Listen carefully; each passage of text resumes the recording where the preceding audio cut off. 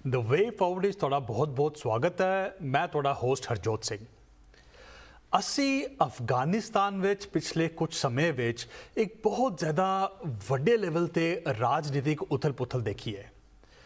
ਇਸ ਉਥਲ-ਪੁਥਲ ਦਾ ਅਸਰ ਉੱਥੇ ਦੀ ਮਾਈਨੋਰਿਟੀਜ਼ ਸਪੈਸ਼ਲੀ ਹਿੰਦੂ ਤੇ ਸਿੱਖ ਕਮਿਊਨਿਟੀਜ਼ ਤੇ ਐਸਾ ਨਜ਼ਰ ਆਇਆ ਹੈ ਕਿ ਕਈ ਲੋਕ ਇੱਦਾਂ ਕਹਿ ਰਹੇ ਹਨ ਕਿ ਸ਼ਾਇਦ ਸਿੱਖਾਂ ਦਾ ਰਿਸ਼ਤਾ ਅਫਗਾਨਿਸਤਾਨ ਨਾਲ ਜੋ ਕਿ ਪਿਛਲੇ ਕਈ 100 ਸਾਲਾਂ ਦਾ ਹੈ ਉਹ ਹਮੇਸ਼ਾ ਲਈ ਟੁੱਟ ਜਾਏ। ਬਟ ਕਈ ਲੋਕ ਕਹਿੰਦੇ ਹਨ ਕਿ ਇਹ ਰਿਸ਼ਤਾ ਇੰਨਾ ਗੂੜਾ ਹੈ ਕਿ ਉਹ ਇੰਨਾ ਸੌਖਾ ਟੁੱਟ ਨਹੀਂ ਸਕਦਾ। ਅੱਜ ਅਸੀਂ ਇਸ ਰਿਸ਼ਤੇ ਨੂੰ ਹੋਰ ਸਮਝਣ ਦੀ ਕੋਸ਼ਿਸ਼ ਕਰਾਂਗੇ। ਸਾਡੇ ਆਪਣੇ ਹਰਚਰਨ ਸਿੰਘ ਗੁਲਾਟੀ ਮੁਸਾਫਿਰ ਜੀ ਨੇ ਇੱਕ ਕਿਤਾਬ ਲਿਖੀ ਹੈ ਅਫਗਾਨ ਸਿੱਖ ਅਤੇ ਅਫਗਾਨਿਸਤਾਨ। ਇਹਨਾਂ ਨੇ ਕਈ ਸਾਲਾਂ ਦੀ ਕਈ ਦਹਾਕਿਆਂ ਦੀ ਰਿਸਰਚ ਦੇ ਬਾਅਦ ਕਿਤਾਬ ਲਿਖੀ ਹੈ ਔਰ ਬੜੇ ਹਿਸਟੋਰੀਕਲੀ ਬੜੇ ਸੋਹਣੇ ਤਰੀਕੇ ਨਾਲ ਉਹਨਾਂ ਨੇ ਸਿੱਖਾਂ ਦਾ ਜੋ ਰਿਲੇਸ਼ਨ ਹੈਗਾ ਅਫਗਾਨਿਸਤਾਨ ਉਸ ਨੂੰ ਬਿਆਨ ਕੀਤਾ ਹੈ। ਅੱਜ ਅਸੀਂ ਖੁਸ਼ਨਸੀਬ ਹਾਂ, ਅੱਜ ਸਟੂਡੀਓ ਵਿੱਚ ਸਰਦਾਰ ਹਰਚਰਨ ਸਿੰਘ ਜੀ ਆਪ ਹਾਜ਼ਰ ਹਨ। ਹਰਚਰਨ ਸਿੰਘ ਜੀ ਤੁਹਾਡਾ ਬਹੁਤ-ਬਹੁਤ ਸਵਾਗਤ ਹੈ। ਥੈਂਕ ਯੂ ਜੀ, ਤੁਹਾਡਾ ਬਹੁਤ-ਬਹੁਤ। ਮੈਂ ਆਪ ਸਾਰੇ ਜਸ ਪੰਜਾਬੀ ਅਤੇ ਜਿੰਨੇ ਵੀ ਕਾਰਕੁਨ ਨੇ ਪੈਨੀ ਜੀ ਉਹਨਾਂ ਦਾ ਧੰਨਵਾਦ ਕਰਦਾ ਜਿਨ੍ਹਾਂ ਨੇ ਕਿ ਅੱਜ ਮੈਨੂੰ ਸਟੂਡੀਓ ਵਿੱਚ ਬੁਲਾ ਕੇ ਅਫਗਾਨਿਸਤਾਨ ਦੀ ਹਿਸਟਰੀ ਅਤੇ ਖਾਸ ਕਰਕੇ ਅਫਗਾਨਿਸਤਾਨ ਵਿੱਚ ਜੋ ਉੱਥੇ ਹਿੰਦੂ ਸਿੱਖ ਰਹਿੰਦੇ ਸਨ ਜੀ ਉਹਨਾਂ ਦੇ ਬਾਰੇ ਤੁਸੀਂ ਆਪ ਜਾਣਕਾਰੀ ਲਓਗੇ। ਅਤੇ ਮੈਂ ਕਿਤਾਬ ਤਕਰੀਬਨ ਕਈ ਸਾਲਾਂ ਤੋਂ ਮਿਹਨਤ ਤਾਂ ਕੀਤੀ ਉੱਤੇ, ਪਰ ਹੁਣ ਜਦੋਂ ਕਰੋਨਾ ਵਾਇਰਸ ਕਰਕੇ ਮੈਨੂੰ ਮੌਕਾ ਮਿਲ ਗਿਆ ਕਿ ਮੈਂ ਇਹ ਪਬਲਿਸ਼ ਕਰਾਂ। ਭਾਵੇਂ ਮੈਂ ਆਪ ਇੰਡੀਆ 'ਚ ਨਹੀਂ ਜਾ ਸਕਿਆ, ਪਰ ਮੇਰੇ ਜਿਹੜੇ ਫਰੈਂਡ ਸੀ, ਦੋਸਤ ਸੀ, ਉਹਨਾਂ ਦੇ ਥਰੂ ਇਹ ਸਾਰੀ ਪਬਲਿਸ਼ ਕਰਾਈ ਹੋਈ ਹੈ ਅਤੇ ਸੰਗਤਾਂ ਦੇ ਸਾਹਮਣੇ ਰੱਖੀ ਹੈ। ਜੋ 9 ਮਈ ਨੂੰ 2021 ਨੂੰ ਅਕਾਲ ਤਖ਼ਤ ਦੇ ਜਥੇਦਾਰ ਗਿਆਨੀ ਹਰਪ੍ਰੀਤ ਸਿੰਘ ਜੀ, ਸਿੰਘ ਸਾਹਿਬ ਗਿਆਨੀ ਹਰਪ੍ਰੀਤ ਸਿੰਘ ਜੀ, ਉਹਨਾਂ ਦੇ ਹੱਥ ਕਮਲਾਂ ਨਾਲ ਗੁਰੂ ਨਾਨਕ ਦਰਬਾਰ ਵਿਖੇ, ਗੁਰੂ ਨਾਨਕ ਦਰਬਾਰ ਐਕਸਪੀਐਲ ਵਿਖੇ ਇਹ ਰਿਲੀਜ਼ ਕੀਤੀ ਗਈ। ਜੀ ਹਰਚਰਨ ਸਿੰਘ ਜੀ, ਇਹ ਬਹੁਤ ਸੋਹਣੀ ਡਾਕੂਮੈਂਟੇਸ਼ਨ ਹੈ। ਤੁਸੀਂ ਹਿਸਟੋਰੀਕਲ ਪਰਸਪੈਕਟਿਵ ਅਫਗਾਨਿਸਤਾਨ ਦੀ ਥੋੜ੍ਹੀ ਹਿਸਟਰੀ, ਸਿੱਖਾਂ ਦਾ ਉਸਦੇ ਨਾਲ ਕੀ ਰਿਸ਼ਤਾ ਹੈਗਾ ਔਰ ਕੀ ਉੱਥੇ ਦੇ ਹਾਲਾਤ ਇਸ ਵੇਲੇ ਹੈਗੇ, ਇਸ ਨੂੰ ਬੜੇ ਸੋਹਣੇ ਤਰੀਕੇ ਨਾਲ ਤੁਸੀਂ ਇਸ ਕਿਤਾਬ ਵਿੱਚ ਦਰਸਾਇਆ ਹੈ। ਮੈਂ ਸਾਡੇ ਵਿਊਅਰਸ ਦੀ ਨੌਲੇਜ ਲਈ ਤੁਹਾਡੇ ਤੋਂ ਅੱਜ ਇੱਥੇ ਹਾਜ਼ਰ ਹੋਣ ਦਾ ਫਾਇਦਾ ਚੱਕਦੇ ਹੋਇਆ ਤੁਹਾਨੂੰ ਇਹ ਪੁੱਛਣਾ ਚਾਹਾਂਗਾ, ਤੁਸੀਂ ਸਾਨੂੰ ਦੱਸ ਸਕਦੇ ਹੋ ਟੂ ਬਿਗਿਨ ਵਿਦ ਕਿ ਸਿੱਖਾਂ ਦਾ ਕਿੰਨਾ ਕੁਝ ਪੁਰਾਣਾ ਰਿਸ਼ਤਾ ਹੈਗਾ ਅਫਗਾਨਿਸਤਾਨ ਨਾਲ? ਅਫਗਾਨਿਸਤਾਨ ਵਿੱਚ ਇਸ ਤਰ੍ਹਾਂ ਕਿ ਜੇ ਅਫਗਾਨਿਸਤਾਨ ਦੀ ਹਿਸਟਰੀ ਦੇਖੀ ਜਾਏ ਜੀ ਤਾਂ ਉਹ ਤਕਰੀਬਨ 50,000 ਸਾਲ ਤੋਂ ਜਿਹੜਾ ਉੱਥੇ ਸਿੱਖਾਂ ਤੋਂ ਵੀ ਪਹਿਲੇ ਜੋ ਆਰੀਅਨ ਲੋਕ ਵਸਦੇ ਸਨ।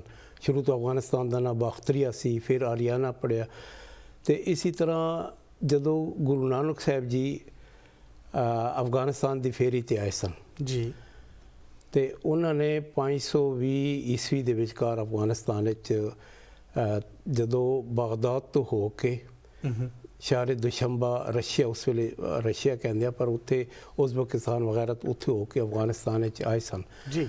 ਤਾਂ ਉਸ ਟਾਈਮ ਵੀ ਅਫਗਾਨਿਸਤਾਨ ਵਿੱਚ ਜਿਹੜੇ ਕਿ ਗੁਰੂ ਨਾਨਕ ਨਾਮ ਲੇਵਾ ਕਹਿ ਦਈਏ, ਜਿਹੜੇ ਕਿ ਉਸ ਵਾਹਿਗੁਰੂ ਅਕਾਲ ਪੁਰਖ ਨੂੰ ਮੰਨਦੇ ਸਨ ਔਰ ਉਹ ਗੈਰ ਮੁਸਲਿਮ ਸਨ ਜੀ। ਅਤੇ ਉਹ ਜਦੋਂ ਗੁਰੂ ਨਾਨਕ ਜੀ ਉੱਥੇ ਆਏ ਤਾਂ ਉਸ ਸਮੇਂ ਤੋਂ ਵੀ ਅਫਗਾਨਿਸਤਾਨ ਵਿੱਚ ਜੇ ਦੇਖਿਆ ਜਾਏ, ਅਫਗਾਨਿਸਤਾਨ ਦੇ ਸਿਰਫ ਕਾਬਲ ਨਹੀਂ ਬਲਕਿ ਕਈ ਸੂਬਿਆਂ ਵਿੱਚ ਸਾਡੇ ਜਿਹੜੇ ਗੁਰੂ ਨਾਨਕ ਨਾਮ ਲੇਵਾ ਨੇ ਉੱਥੇ ਰਹਿੰਦੇ ਸਨ ਜੀ। ਜੇ ਮੈਨੂੰ ਆਪ ਨੂੰ ਕੁਐਸਚਨ ਕਰੇ, ਜਿਸ ਤਰ੍ਹਾਂ ਕਿ ਮੇਰਾ ਨਾਂ ਹਰਚਰਨ ਸਿੰਘ ਗੁਲਾਟੀ, ਜਿਸ ਨੂੰ ਮੁਸਾਫਰ ਹੀ ਕਹਿੰਦੇ ਨੇ ਜੀ, ਅਤੇ ਮੇਰੇ ਪਿਤਾ ਜੀ ਸਰਦਾਰ ਸੰਤ ਸਿੰਘ, ਉਸ ਤੋਂ ਬਾਅਦ ਸਰਦਾਰ ਧਰਮ ਸਿੰਘ ਜੀ, ਅਤੇ 3-4 ਪੁਸ਼ਤਾਂ ਜਿੱਥੇ ਤੱਕ ਕਿ ਸਾਨੂੰ ਨੌਲੇਜ ਹੈ, ਇਹ ਸਾਰੇ ਅਫਗਾਨਿਸਤਾਨ ਦੇ ਉੱਤਰ ਵਿੱਚ ਰਹਿੰਦੇ ਸਨ ਜੀ। ਅਤੇ ਉੱਤਰ ਵਿੱਚੋਂ ਫਿਰ ਅਸੀਂ ਤਕਰੀਬਨ 70 ਸਾਲ ਪਹਿਲੇ ਸਾਡੇ ਪਿਤਾ ਜੀ ਨੇ ਉੱਤਰ ਤੋਂ ਮੂਵ ਕਰਕੇ ਕਾਬੁਲ ਦੇ ਵਿਚਕਾਰ ਅਸੀਂ ਰਹਿਣਾ ਕੀਤਾ ਜੀ। ਤੁਹਾਡਾ ਆਪਣਾ ਜਨਮ ਅਫਗਾਨਿਸਤਾਨ ਦਾ ਹੈ ਔਰ ਨਾ ਸਿਰਫ ਤੁਹਾਡਾ ਆਪਣਾ ਜਨਮ, ਤੁਹਾਡੀ 4 ਪੁਸ਼ਤਾਂ ਅਫਗਾਨਿਸਤਾਨ ਵਿੱਚ ਵਸਦੀਆਂ ਨੇ ਜੀ ਜੀ। ਅਤੇ ਸ਼ਾਇਦ ਤੁਸੀਂ ਸੁਣਿਆ ਹੋਵੇਗਾ ਕਿ ਜਿਹੜਾ ਇੱਕ ਜਗ੍ਹਾ ਕੁਤਬ ਮੀਨਾਰ ਜੀ, ਜਿਹੜਾ ਕੁਤਬ ਮੀਨਾਰ ਹੈ ਇੰਡੀਆ ਵਿੱਚ ਬਣਿਆ ਹੈ, ਇਹ ਕੁਤਬੁਦੀਨ ਹੈਬਕ ਦਾ ਬਣਿਆ ਹੈ ਜੀ ਜੀ ਜੀ। ਕੁਤਬ ਮੀਨਾਰ ਕੁਤਬੁਦੀਨ ਹੈਬਕ, ਅਤੇ ਉਹ ਹੈਬਕ ਹੈ ਜਿੱਥੇ ਕਿ ਮੇਰੇ ਦਾਦਾ ਪੜਦਾਦਾ ਰਹਿੰਦੇ ਸਨ। ਅੱਛਾ ਜੀ, ਅੱਛਾ ਜੀ। ਤੇ ਉਹ ਕਈ ਸਾਲਾਂ ਤੋਂ ਪਹਿਲੇ ਉੱਥੇ ਰਹਿੰਦੇ ਸਨ, ਫਿਰ ਬਾਅਦ ਵਿੱਚ ਕਾਬਲ ਵਿੱਚ ਮੂਵ ਹੋ ਗਏ। ਇਸੇ ਤਰ੍ਹਾਂ ਅਫਗਾਨਿਸਤਾਨ ਦੇ ਤਕਰੀਬਨ ਹੁਣ ਤਾਂ 34 ਸੂਬੇ ਨੇ, ਜੀ ਪਰ ਉਸ 34 ਸੂਬਿਆਂ 'ਚੋਂ 20 ਸੂਬਿਆਂ ਦੇ ਵਿਚਕਾਰ ਉੱਥੇ ਜਿਹੜੇ ਸਾਰੇ ਹਿੰਦੂ ਸਿੱਖ ਜੀ ਦੋਨੋਂ ਬਰਾਦਰੀਆਂ ਹਰ ਸੂਬੇ ਦੇ ਵਿਚਕਾਰ ਰਹਿੰਦੀਆਂ ਸਨ।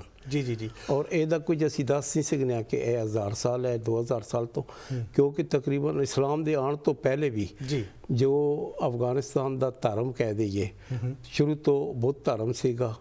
ਉਸ ਤੋਂ ਪਹਿਲੇ ਜ਼ਰਦਾਸ਼ਤ, ਜਿਸ ਨੂੰ ਕਿ ਅਸੀਂ ਜਿਹੜੇ ਅੱਗ ਨੂੰ ਮੰਨਦੇ ਨੇ, ਜੀ ਉਹ ਸੀਗਾ। ਤੇ ਫਿਰ ਬੁੱਧ ਧਰਮ ਤੋਂ ਬਾਅਦ ਹਿੰਦੂ ਧਰਮ ਉੱਥੇ ਆਇਆ, ਜੀ ਤੇ ਹਿੰਦੂ ਤੋਂ ਬਾਅਦ ਫਿਰ ਤਕਰੀਬਨ 700-800 ਸਾਲ ਪਹਿਲੇ ਜੋ ਇਸਲਾਮ ਨੇ ਪ੍ਰਵੇਸ਼ ਕੀਤਾ ਅਫਗਾਨਿਸਤਾਨ ਵਿੱਚ। ਜੀ ਤੇ ਕਈ ਲੋਕ ਉੱਥੇ ਮੂਵ ਹੋ ਗਏ, ਕਾਫੀ ਲੋਕ ਜਿਹੜੇ ਨੇ ਪੰਜਾਬ ਵੱਲ ਚਲੇ ਗਏ, ਤੇ ਜਿਹੜੇ ਕੁਝ ਰਹਿ ਗਏ ਹਰ ਸੂਬਿਆਂ ਦੇ ਵਿਚਕਾਰ, ਉਹ ਹੁਣ ਤੱਕ ਵੀ ਉੱਥੇ ਵਸਦੇ ਆਏ ਨੇ। ਜੀ ਜੀ ਤੇ ਸਮਝਣ ਦੀ ਲੋੜ ਇਹ ਹੈਗੀ ਹੈ ਕਿ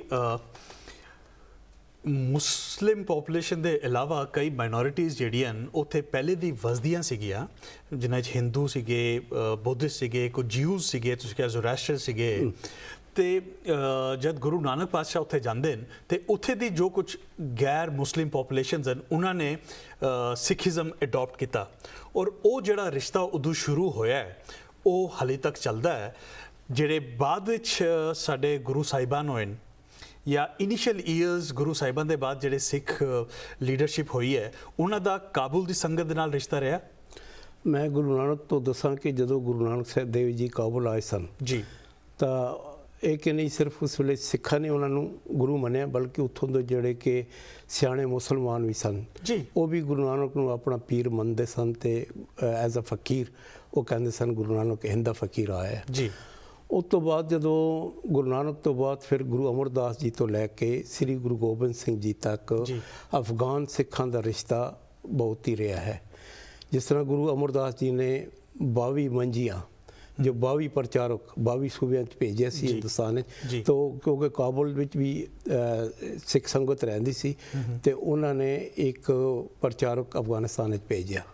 ਤੇ ਇਹ ਸਿਲਸਿਲਾ ਗੁਰੂ ਅਮਰਦਾਸ ਜੀ ਤੋਂ ਸ਼ੁਰੂ ਹੋਇਆ, ਫਿਰ ਗੁਰੂ ਰਾਮਦਾਸ ਜੀ, ਫਿਰ ਗੁਰੂ ਅਰਜਨ ਸਾਹਿਬ ਜੀ, ਜਿਸ ਟਾਈਮ ਕਿ ਸ੍ਰੀ ਹਰਿਮੰਦਰ ਸਾਹਿਬ ਦੀ ਨੀਂਹ ਰੱਖੀ ਜਾਂਦੀ ਸੀ, ਤੇ ਉੱਥੋਂ ਕਾਬੁਲ ਦੀ ਸੰਗਤ ਇਕੱਠੀਆਂ ਹੋ ਕੇ ਤਕਰੀਬਨ 100, 150, 200 ਇਕੱਠੇ ਹੋ ਕੇ ਤੇ ਕਾਫਲੇ ਦੀ ਸ਼ਕਲ ਵਿੱਚ ਅੰਮ੍ਰਿਤਸਰ ਗਏ ਹੋਈਆਂ ਸਨ ਜੋ ਸੇਵਾ ਵਾਸਤੇ, ਜਿੱਥੇ ਕਿ ਗੁਰੂ ਜਿਹੜਾ ਇਤਿਹਾਸ ਦੱਸਦੇ ਸਾਨੂੰ ਕਿ ਗੁਰੂ ਅਰਜਨ ਸਾਹਿਬ ਜੀ ਆਪ ਆਏ ਸਨ ਸੰਗਤ ਨੂੰ ਮਿਲਣ ਵਾਸਤੇ, ਤੇ ਉਹਨਾਂ ਦਾ ਸਤਿਕਾਰ ਕੀਤਾ ਸੀ ਸੰਗਤ ਦਾ। ਜੀ ਜੀ ਤੇ ਉਸ ਤੋਂ ਬਾਅਦ ਫਿਰ ਗੁਰੂ ਹਰਗੋਬਿੰਦ ਸਾਹਿਬ ਦੇ ਸਮੇਂ ਕਾਫੀ ਪ੍ਰਚਾਰਕ ਅਫਗਾਨਿਸਤਾਨ ਵਿੱਚ ਆਏ ਨੇ। ਭਾਈ ਗੁਰਦਾਸ ਜੀ ਜੋ ਸਿੱਖ ਪੰਥ ਦੇ ਮਹਾਨ ਫਿਲਾਸਫਰ ਰਹੇ ਨੇ, ਜਿਨ੍ਹਾਂ ਨੇ ਕਿ ਗੁਰੂ ਗ੍ਰੰਥ ਸਾਹਿਬ ਜੋ ਗੁਰੂ ਅਰਜਨ ਸਾਹਿਬ ਨੇ ਉਚਾਰਨ ਕੀਤਾ ਤੇ ਉਹਦੀ ਹੱਥ ਲਿਖਤ ਨਾਲ ਸਾਰਾ ਕੁਝ ਹੋਇਆ, ਉਹ ਵੀ ਅਫਗਾਨਿਸਤਾਨ ਵਿੱਚ ਆਏ ਸੀ ਪ੍ਰਚਾਰ ਵਾਸਤੇ। ਤੇ ਉਹਨਾਂ ਦੇ ਨਾਂ ਤੇ ਇਤਿਹਾਸਕ ਗੁਰਦੁਆਰਾ ਹੁਣ ਤੱਕ ਬਣਿਆ ਹੈ, ਭਾਵੇਂ ਉਹਨੂੰ ਪਹਿਲੇ ਡੇਰਾ ਭਾਈ ਗੁਰਦਾਸ ਜੀ ਕਹਿੰਦੇ ਸਨ, ਪਰ ਹੁਣ ਉਸ ਗੁਰਦੁਆਰੇ ਦਾ ਨਾਂ ਗੁਰਦੁਆਰਾ ਖਾਲਸਾ ਜੀ ਹੈ। ਤੇ ਇਸੇ ਤਰ੍ਹਾਂ ਫਿਰ ਗੁਰੂ ਗੋਬਿੰਦ ਸਿੰਘ ਜੀ ਦੇ ਸਮੇਂ ਪ੍ਰਚਾਰਕ ਆਏ ਨੇ। ਗੁਰੂ ਗੋਬਿੰਦ ਸਿੰਘ ਜੀ ਦੀ ਜਿਹੜੀ ਬਾਣੀ ਹੈ, ਬੰਗ ਕੇ ਬੰਗਾਲੀ ਦਿੱਲੀ ਕੇ ਦਿਲਵਾਲੀ ਤੇਰੀ ਆਗਿਆ ਮੇਂ ਚਲਤ ਹੈ, ਉਹਦੇ ਵਿੱਚ ਜੇ ਉਹਨੂੰ ਦਕੀਕ ਦੇਖਿਆ ਜਾਵੇ, ਪੜ੍ਹਿਆ ਜਾਵੇ, ਤਾਂ ਉਹਦੇ ਵਿੱਚ 7-8 ਸ਼ਹਿਰ ਨੇ ਜਿਹੜੇ ਅਫਗਾਨਿਸਤਾਨ ਦੇ ਉਹਦੇ ਜ਼ਿਕਰ ਨੇ। ਅੱਛਾ ਜੀ। ਅੱਛਾ, ਉਹ ਤੋਂ ਪਤਾ ਲੱਗਦਾ ਕਿ ਗੁਰੂ ਗੋਬਿੰਦ ਸਿੰਘ ਜੀ ਦਾ ਕਾਬੁਲ ਅਫਗਾਨਿਸਤਾਨ ਦੀ ਸਿੱਖਾਂ ਨਾਲ ਕਿੰਨਾ ਪਿਆਰ ਸੀ, ਔਰ ਉੱਥੇ ਸੰਗਤ ਰਹਿੰਦੀ ਸੀ। ਜਿਸ ਤਰ੍ਹਾਂ ਕੰਧਾਰ ਦਾ ਜ਼ਿਕਰ ਹੈ, ਖੋਸ ਦਾ ਜ਼ਿਕਰ ਹੈ, ਗਰਦੇਜ਼ ਦਾ ਜ਼ਿਕਰ ਹੈ, ਕਾਬੁਲ ਦਾ ਜ਼ਿਕਰ ਹੈ, ਚਰਕਾਰ ਦਾ ਜ਼ਿਕਰ ਹੈ। ਇਹ ਤੋਂ ਪਤਾ ਲੱਗਦਾ ਕਿ ਗੁਰੂ ਗੋਬਿੰਦ ਸਿੰਘ ਦੇ ਸਮੇਂ ਵਿੱਚ ਵੀ ਅਫਗਾਨਿਸਤਾਨ ਦਾ ਸਿੱਖਾਂ ਦਾ ਬਹੁਤ ਜ਼ਿਆਦਾ ਪਿਆਰ ਸੀਗਾ। ਜੀ ਜੀ ਜੀ। ਔਰ ਕਈ ਰਾਈਟਰਸ ਫਿਲਾਸਫਰ ਜਿਸ ਤਰ੍ਹਾਂ ਭਾਈ ਨੰਦ ਲਾਲ ਜੀ, ਜਿਨ੍ਹਾਂ ਦੀ ਬਹੁਤ ਕੰਟਰੀਬਿਊਸ਼ਨ ਹੈਗੀ ਹੈ ਸਿੱਖ ਲਿਟਰੇਚਰ ਨੂੰ, ਸਿੱਖ ਫਲਸਫੇ ਨੂੰ, ਉਹ ਅਫਗਾਨਿਸਤਾਨ ਤੋਂ ਸੀਗੇ। ਉਹਨਾਂ ਦਾ ਜਨਮ ਜਿਹੜਾ ਹੈ ਉਹ ਗਜ਼ਨੀ ਤੋਂ ਹੋਇਆ ਜੀ, ਜੋ ਗਜ਼ਨੀ ਵੀ ਇੱਕ ਟਾਈਮ ਤੇ ਜਿਸ ਤਰ੍ਹਾਂ ਹੁਣ ਕਾਬੁਲ ਰਾਜਧਾਨੀ ਹੈ, ਇੱਕ ਸਮੇਂ ਤੇ ਸੁਲਤਾਨ ਮਹਿਮੂਦ ਦੇ ਟਾਈਮ ਤੇ ਗਜ਼ਨੀ ਰਾਜਧਾਨੀ ਹੁੰਦੀ ਸੀ ਅਫਗਾਨਿਸਤਾਨ ਦੀ ਜੀ। ਤੇ ਉੱਥੇ ਭਾਈ ਨੰਦ ਲਾਲ ਜੀ ਦਾ ਜਨਮ ਹੋਇਆ। ਉਹਦੇ ਫਾਦਰ ਛੱਜੂ ਰਾਮ ਸੀ ਜੀ, ਉਹ ਮੁਨਸ਼ੀ ਸੀ ਉਸ ਟਾਈਮ ਉੱਥੋਂ ਦੇ। ਤੇ ਉਹਨਾਂ ਨੇ ਜਿਹੜੀ ਤਾਲੀਮ ਹਾਸਲ ਕੀਤੀ ਹੈ ਫਾਰਸੀ ਖਾਸ ਕਰਕੇ, ਉਹ ਅਫਗਾਨਿਸਤਾਨ ਵਿੱਚ ਹੀ ਕੀਤੀ ਸੀ। ਤੇ ਉਸ ਤੋਂ ਬਾਅਦ ਫਿਰ ਉਹਨਾਂ ਨੇ ਮੁਲਤਾਨ ਗਏ, ਮੁਲਤਾਨ ਵਿੱਚ ਵਿਆਹ ਹੋਇਆ ਸੀ। ਫਿਰ ਇੰਡੀਆ ਦਿੱਲੀ ਗਏ ਹੋਏ ਸਨ, ਤੇ ਸ੍ਰੀ ਗੁਰੂ ਗੋਬਿੰਦ ਸਿੰਘ ਜੀ ਦਾ ਮੇਲ ਤੇ ਖਾਸ ਬਹੁਤ ਪਿਆਰੇ ਸਨ ਗੁਰੂ ਗੋਬਿੰਦ ਸਿੰਘ ਜੀ ਦਾ, ਜੀ। ਜੋ ਬਹੁਤ ਸਾਰੀਆਂ ਗਜ਼ਲਾਂ ਉਹਨੇ ਗੁਰੂ ਗੋਬਿੰਦ ਸਿੰਘ ਜੀ ਦੇ ਫੇਵਰ ਵਿੱਚ ਤੇ ਨਾਲ ਹੀ ਉਸ ਅਕਾਲ ਪੁਰਖ ਦੀ ਉਸਤਤ ਵਿੱਚ ਉਹਨਾਂ ਨੇ ਬਹੁਤ ਸਾਰੇ ਫਾਰਸੀ ਵਿੱਚ ਉਚਾਰਿਆ ਹੈ, ਜੀ। ਜੋ ਅੱਜ ਉਹਦੀ ਉਚਾਰਨ ਹੋਈ ਬਾਣੀ ਜੋ ਹੈ ਉਹ ਦਰਬਾਰ ਸਾਹਿਬ ਵਿੱਚ ਵੀ ਅਲਾਉਡ ਹੈ ਕਿ ਗਾਈ ਜਾਵੇ। ਜੀ ਜੀ ਜੀ ਅਸੀਂ ਵੇਖਦੇ ਹਾਂ ਕਿ ਬੜਾ ਪੁਰਾਣਾ ਬੜਾ ਗੂੜਾ ਸੰਬੰਧ ਹੈ ਗੁਰੂ ਸਾਹਿਬਾਨ ਤੋਂ ਸ਼ੁਰੂ ਹੋਇਆ ਹੈ। ਔਰ ਜਦ ਹਿਸਟੋਰੀਕਲੀ ਜਦ ਸਾਲ ਵਿੱਚ 2 ਵਾਰ ਦੀਵਾਲੀ ਦੇ ਮੌਕੇ ਤੇ ਇਸ ਦੇ ਵਿਸਾਖੀ ਦੇ ਮੌਕੇ ਤੇ ਜਿਹੜਾ ਇਕੱਠ ਹੁੰਦਾ ਸੀਗਾ ਹਿਸਟੋਰੀਕਲੀ, ਉਸ ਦੇ ਵਿੱਚ ਵੀ ਕਾਬੁਲ ਦੀ ਜਿਹੜੀ ਸੰਗਤ ਹੈ ਉਹ ਹਮੇਸ਼ਾ ਪਾਰਟਿਸਿਪੇਟ ਕਰਦੀ ਰਹੀ ਹੈ। ਇਹ ਇੱਕ ਹਿਸਟੋਰੀਕਲ ਫੈਕਟ ਹੈ। ਹਾਂਜੀ ਜੀ। ਅਸੀਂ ਗੁਰੂ ਸਾਹਿਬਾਂ ਦੇ ਸਮੇਂ ਤੋਂ ਚੱਲਦਾ ਇਹ ਜਿਹੜਾ ਰਿਲੇਸ਼ਨ ਹੈ ਉਸਨੂੰ ਸਮਝਿਆ। ਅੱਗੇ ਇਹ ਰਿਲੇਸ਼ਨ ਕਿਵੇਂ ਡਿਵੈਲਪ ਹੁੰਦਾ ਹੈ ਇਸ ਬਾਰੇ ਅਸੀਂ ਗੱਲ ਕਰਦੇ ਹਾਂ ਇੱਕ ਛੋਟੀ ਜੀ ਬ੍ਰੇਕ ਦੇ ਬਾਅਦ। ਤੁਸੀਂ ਵੇਖਦੇ ਰਹੋ ਦ ਵੇ ਫਾਰਵਰਡ। ਦ ਵੇ ਫਾਰਵਰਡ ਵਿੱਚ ਤੁਹਾਡਾ ਫਿਰ ਤੋਂ ਸਵਾਗਤ ਹੈ। ਮੈਂ ਤੁਹਾਡਾ ਹੋਸਟ ਹਰਜੋਤ ਸਿੰਘ। ਹਰਚਰਨ ਸਿੰਘ ਜੀ, ਜਿੱਥੇ ਇਨ੍ਹਾਂ ਸਿੱਖਾਂ ਦਾ ਪੁਰਾਣਾ ਸੰਬੰਧ ਰਿਹਾ ਹੈ ਅਫਗਾਨਿਸਤਾਨ ਦੇ ਨਾਲ, ਤੇ ਡੈਫੀਨੇਟਲੀ ਉੱਥੇ ਸਿੱਖ ਹਿਸਟੋਰੀਕਲ ਪਲੇਸਿਸ, ਗੁਰੂ ਘਰ ਔਰ ਹੋਰ ਇੱਦਾਂ ਦੇ ਇੰਸਟੀਟਿਊਸ਼ਨਸ ਜਿਹੜੇ ਨੇ ਉਹ ਡੈਫੀਨੇਟਲੀ ਹੋਣੇ ਨੇ। ਸਾਨੂੰ ਦੱਸ ਸਕਦੇ ਹੋ ਕੁਝ ਐਸਾ ਹਿਸਟੋਰੀਕਲ ਗੁਰਦੁਆਰੇ ਐਗਜ਼ਿਸਟ ਕਰਦੇ ਨੇ ਅਫਗਾਨਿਸਤਾਨ ਵਿੱਚ? ਦੇਖੋ, ਅਫਗਾਨਿਸਤਾਨ ਵਿੱਚ ਜਿੱਥੇ ਵੀ ਗੁਰੂ ਨਾਨਕ ਸਾਹਿਬ ਗਏ ਨੇ ਜੀ, ਉਹਨਾਂ ਦੀ ਯਾਦਗਾਰ ਜਾਂ ਉਹਨਾਂ ਪਹਿਲਾ ਧਰਮਸ਼ਾਲ ਜੋ ਹੈ ਨਾ ਜੀ, ਦੁਨੀਆ ਵਿੱਚ ਜੋ ਬਣਿਆ ਭਾਈ ਜੇ ਸੰਤ ਸਿੰਘ ਜੀ, ਜੇ ਸੰਤ ਮਸਕੀਨ ਸਿੰਘ ਜੀ, ਜੇ ਮਸਕੀਨ ਜੀ ਦੀ ਕਿਤਾਬ ਪੜ੍ਹੋਗੇ ਤਾਂ ਉਹਦੇ ਵਿੱਚ ਵੀ ਲਿਖਿਆ ਕਿ ਪਹਿਲੀ ਧਰਮਸ਼ਾਲਾ ਜੋ ਹੈ ਉਹ ਕਾਬਲ ਵਿੱਚ ਬਣੀ ਸੀ। ਅੱਛਾ ਜੀ। ਤੇ ਉਹਦੀ ਯਾਦਗਾਰ ਫਿਰ ਭਾਈ ਗੁਰਦਾਸ ਜੀ ਕਾਬਲ ਗਏ ਨੇ, ਉਹਦੇ ਨਾਂ ਦੇ ਉੱਤੇ ਗੁਰਦੁਆਰਾ ਬਣਿਆ ਹੋਇਆ ਹੈ ਜੀ। ਗੁਰੂ ਨਾਨਕ ਜੀ ਫਿਰ ਜਿੱਥੇ ਵੀ ਗਏ ਨੇ, ਕੰਧਾਰ ਗਏ ਨੇ ਤਾਂ ਕੰਧਾਰ ਵੀ ਧਰਮਸ਼ਾਲਾ ਬਣੀ ਹੋਈ ਹੈ ਜੀ। ਇਸੇ ਤਰ੍ਹਾਂ ਸੁਲਤਾਨਪੁਰ ਇੱਕ ਜਗ੍ਹਾ, ਸੁਲਤਾਨਪੁਰ ਚਸ਼ਮੇ ਸੁਲਤਾਨਪੁਰ ਕਹਿੰਦੇ ਨੇ ਜੀ, ਜਿੱਥੇ ਕਿ ਉੱਥੇ ਮੁਸਲਮਾਨ ਵੀ ਉਸ ਜਗ੍ਹਾ ਨੂੰ ਮੰਨਦੇ ਨੇ ਜੀ। ਤੇ ਉਹ ਜਗ੍ਹਾ ਤੇ ਵਿਸਾਖੀ ਦਾ ਜਿਹੜਾ ਖਾਸ ਕਰਕੇ ਵਿਸਾਖੀ ਦਾ ਜਿਹੜਾ ਪ੍ਰੋਗਰਾਮ ਹੁੰਦਾ ਸੀ, ਤਿਉਹਾਰ ਹੁੰਦਾ ਸੀ, ਉੱਥੇ ਹਿੰਦੂ ਸਿੱਖ ਰਲ ਕੇ ਜਿੰਨੇ ਵੀ ਸਟੇਟ ਨੇ ਸਾਰਿਆਂ ਤੋਂ ਉੱਥੇ ਚਸ਼ਮਾ ਸਾਹਿਬ ਵਿੱਚ ਪਹੁੰਚਣਾ, ਉੱਥੇ ਟੈਂਟ ਲੰਗੜੇ, ਉੱਥੇ ਤੰਬੂ ਲੱਗਣਾ ਤੇ ਤੰਬੂ ਵਿੱਚ ਫਿਰ ਅਖੰਡ ਪਾਠ ਰੱਖਣਾ 3 ਦਿਨ ਅਖੰਡ ਪਾਠ ਦੇ ਭੋਗ ਤੋਂ। ਉਸ ਤੋਂ ਪਹਿਲਾਂ ਜਲਾਲਾਬਾਦ ਤੋਂ ਨਗਰ ਕੀਰਤਨ, ਜੋ ਪਹਿਲੇ ਜਲੂਸ ਕਹਿੰਦੇ ਹੁੰਦੇ ਸੀ ਅਸੀਂ, ਉੱਥੋਂ ਜਲੂਸ ਨਿਕਲ ਕੇ ਤੇ ਸੁਲਤਾਨਪੁਰ ਜੋ ਚਸ਼ਮਾ ਸਾਹਿਬ ਹੈ ਤਕਰੀਬਨ 15-20 ਏਕੜ ਜਗ੍ਹਾ ਹੈ, ਉੱਥੇ ਸਭ ਨੇ ਟੈਂਟ ਲਗਾਏ ਹੁੰਦੇ ਸਨ ਤੇ ਉੱਥੇ ਫਿਰ ਅਖੰਡ ਪਾਠ ਰੱਖਣਾ।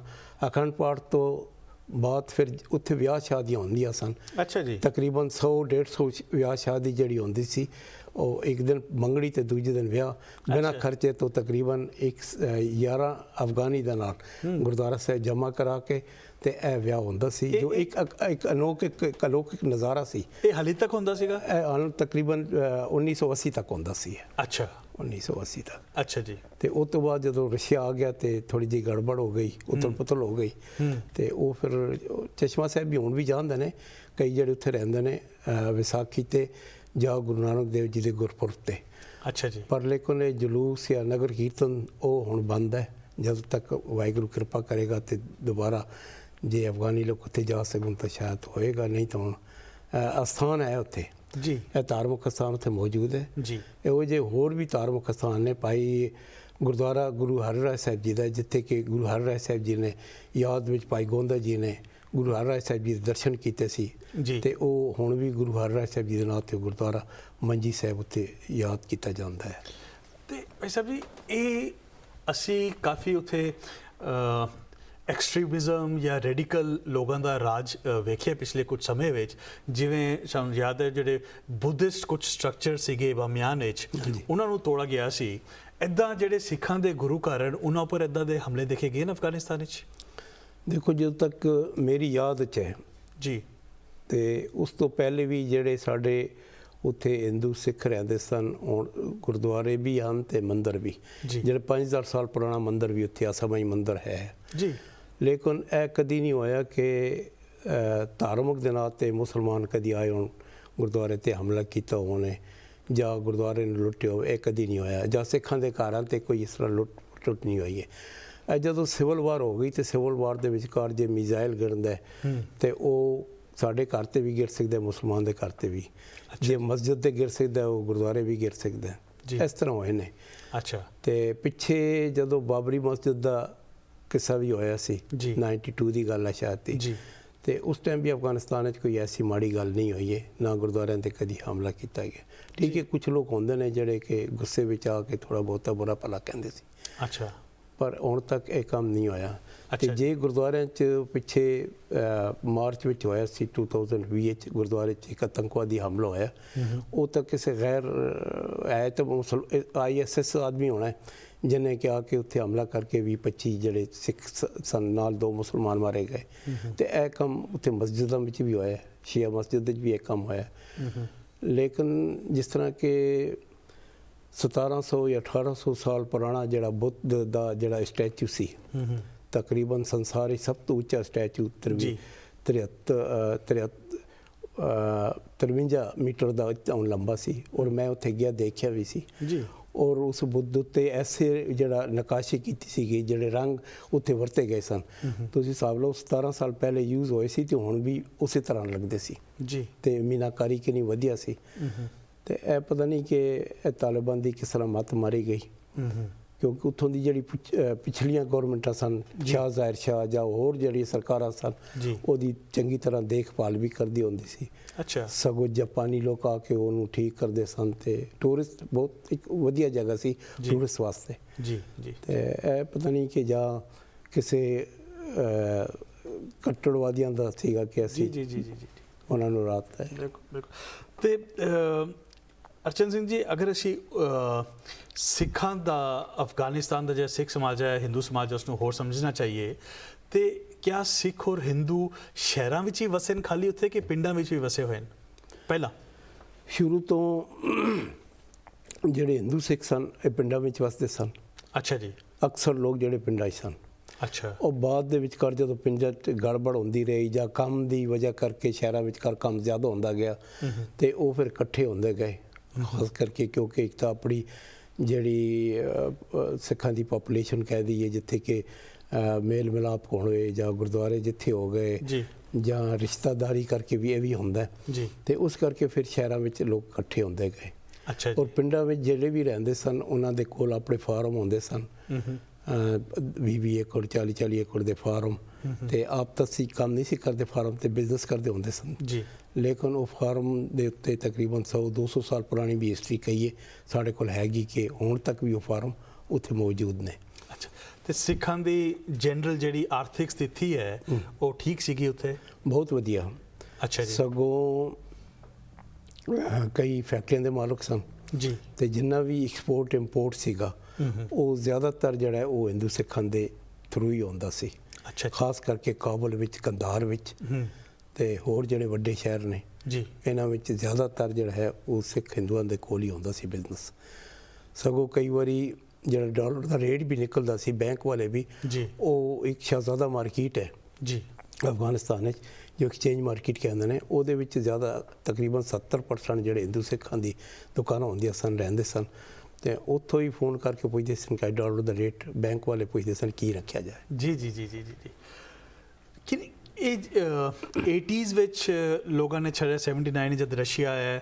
ਤਦ ਕੁਝ ਮਾਈਨੋਰਿਟੀਜ਼ ਨੇ ਅਫਗਾਨਿਸਤਾਨ ਛੱਡਿਆ ਉਸ ਤੋਂ ਬਾਅਦ ਆਈ ਥਿੰਕ 90s ਵਿੱਚ ਛੱਡਿਆ ਫਿਰ ਹੁਣ ਛੱਡਿਆ ਇਸ ਤੋਂ ਪਹਿਲਾਂ 70 ਤੋਂ ਪਹਿਲਾਂ ਜਾਂ 79 ਤੋਂ ਪਹਿਲਾਂ ਕਿੰਨੀ ਕੁਝ ਪੋਪੂਲੇਸ਼ਨ ਹੋਣੀ ਸਿੱਖਾਂ ਦੀ ਅਫਗਾਨਿਸਤਾਨ ਵਿੱਚ 1980 ਤੋਂ ਪਹਿਲੇ ਤਕਰੀਬਨ 80 ਤੇ 90 ਹਜ਼ਾਰ ਦੇ ਕਰੀਬ ਟੋਟਲ ਸਿੱਖ ਪਰਿਵਾਰ ਜੀ ਸਿੱਖ ਹਾਂ ਜੀ ਸਿੱਖ ਅਸੀਂ ਉਹਨਾਂ ਨੂੰ ਵੀ ਸਿੱਖ ਕਵਾਂਗੇ ਜਿਹੜੇ ਕਿ ਸਹਿਜਧਾਰੀ ਸਿੱਖ ਨੇ ਅੱਛਾ ਜੀ ਕਿਉਂਕਿ ਅਫਗਾਨਿਸਤਾਨ ਵਿੱਚ ਅੱਜ ਤੋਂ ਤਕਰੀਬਨ ਜਦੋਂ ਵੀ ਗੁਰੂ ਨਾਨਕ ਦੇ ਯਾਤਰਾ ਤੋਂ ਬਾਅਦ ਹੀ ਉੱਥੇ ਜਿਹੜੇ ਵੀ ਸਾਡੇ ਸਹਿਜਧਾਰੀ ਸਿੱਖ ਹੁੰਦੇ ਸਨ ਉਹਨਾਂ ਨੇ ਇੱਕ ਪ੍ਰਣ ਕੀਤਾ ਸੀ ਕਿ ਅਸੀਂ ਆਪਣੇ ਵੱਡੇ ਪੁੱਤਰ ਨੂੰ ਕੇਸਾਧਾਰੀ ਬਣਾਉਣਾ ਹੈ ਤੇ ਬਾਕੀ ਸਹਿਜਧਾਰੀ ਤੇ ਉਹ ਕੋਈ ਫਰਕ ਨਹੀਂ ਹੁੰਦਾ ਸੀ ਮਤਲਬ ਇੱਕ ਜਿਹੜੇ ਗੁਰੂ ਨਾਨਕ ਨਾਮ ਲੈਵਾ ਨੇ ਉਹਦੇ 1-2 ਕੇਸਾਧਾਰੀ ਹੁੰਦੇ ਸਨ ਤੇ 1-2 ਵੀ ਸਹਿਜਧਾਰੀ ਇਹ ਹਾਲੇ ਵੀ ਚੱਲਦਾ ਸੀ ਇਹ ਹਾਲੇ ਵੀ ਚੱਲਦਾ ਸੀ ਅੱਛਾ ਜੀ ਤੇ ਇਸ ਕਰਕੇ ਕੁਝ ਸਭ ਨੂੰ ਅਸੀਂ ਸਿੱਖੀ ਕਹਿ ਸਕਦੇ ਹਾਂ ਅੱਛਾ ਜੀ ਤੇ ਉਹਨਾਂ ਦਾ ਜਿਹੜਾ ਕਾਰੋਬਾਰ ਸਾਰੇ ਦਾ ਪ੍ਰੇਮ ਗੁਰੂ ਸਾਰਾ ਪ੍ਰੇਮ ਗੁਰੂ ਘਰ ਸੀਗਾ ਜਾਂਦੇ ਸੀਗੇ ਜ਼ਿਆਦਾ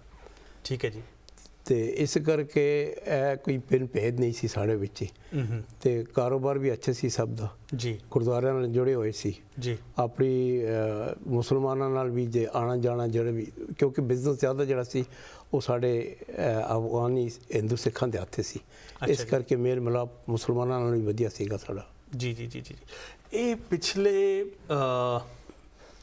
200 ਸਾਲ ਤੋਂ ਜ਼ਿਆਦਾ 300 ਸਾਲ ਤੁਸੀਂ ਦੱਸ ਰਹੇ ਹੋ ਕਿ ਇਹ ਸਿੱਖ ਹਿੰਦੂ ਉੱਥੇ ਰਹਿੰਦੇ ਸੀਗੇ ਤੇ ਇਹ ਉੱਥੇ ਦੀ ਭਾਸ਼ਾ ਤੇ ਬੋਲਦੇ ਹੀ ਹੋਣੇ ਪਸ਼ਤੋ ਫਾਰਸੀ ਪੂਰੀ ਜੀ। ਉੱਥੇ ਲੈਂਗੁਏਜ ਜਿਹੜੀ ਹੈ ਨਾ ਅਫਗਾਨਿਸਤਾਨ ਦੀ ਕਿਉਂਕਿ ਤਕਰੀਬਨ 60% ਜਿਹੜੇ ਨੇ ਉੱਥੇ ਪਖਤੂਨ ਲੋਕ ਨੇ ਜੀ ਤੇ 40% ਜਿਹੜੇ ਹੋਰ ਨੇ ਉਹਦੇ ਤਾਜਿਕ ਵੀ ਹੈ ਹਜ਼ਾਰਾ ਵੀ ਹੈ ਕਈ ਤਰ੍ਹਾਂ ਦੀਆਂ ਕੌਮਾਂ ਨੇ ਜੀ। ਤੇ ਉੱਥੇ ਦੋ ਲੈਂਗੁਏਜ ਹੁੰਦੀ ਸੀ ਉਹਨਾਂ ਦੀ ਗਵਰਨਮੈਂਟ ਲੈਂਗੁਏਜ ਵੀ ਕਈ ਸਰਕਾਰੀ ਲੈਂਗੁਏਜ ਕਹਿ ਦਈਏ ਉਹ ਫਾਰਸੀ ਅਤੇ ਪਸ਼ਤੋ।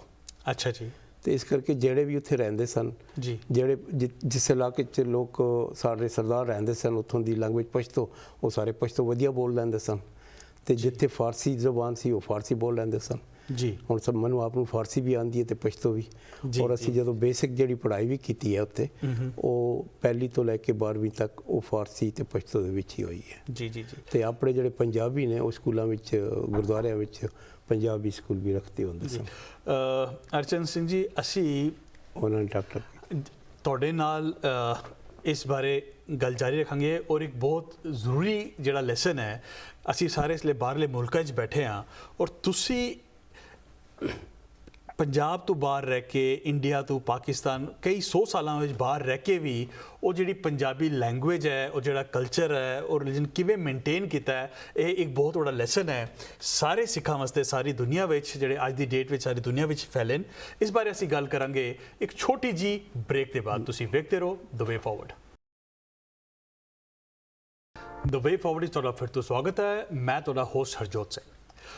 ਹਰਚਰਨ ਸਿੰਘ ਜੀ ਇੱਕ ਗੱਲ ਮੈਂ ਹੋਰ ਜਿਹੜੀ ਜਾਨਣਾ ਚਾਹੁੰਦਾ ਜਿਹੜੀ ਅਫਗਾਨਿਸਤਾਨ ਦੀ ਸਿਵਿਕ ਸੁਸਾਇਟੀ ਜਾਂ ਬਿਊਰੋਕ੍ਰੇਸੀ ਹੈ ਜਾਂ ਪੋਲੀਟੀਕਲ ਪਾਵਰ ਹੈ ਉਸ ਦੇ ਵਿੱਚ ਸਿੱਖ ਕੋਈ ਹਿੱਸਾ ਲੈਂਦੇ ਸੀਗੇ ਉਹ ਕੋਈ ਪੋਜੀਸ਼ਨਸ ਆਫ ਪਾਵਰ ਤੇ ਨਿਯੁਕਤ ਸੀਗੇ ਸਾਡੇ ਬੰਦੇ?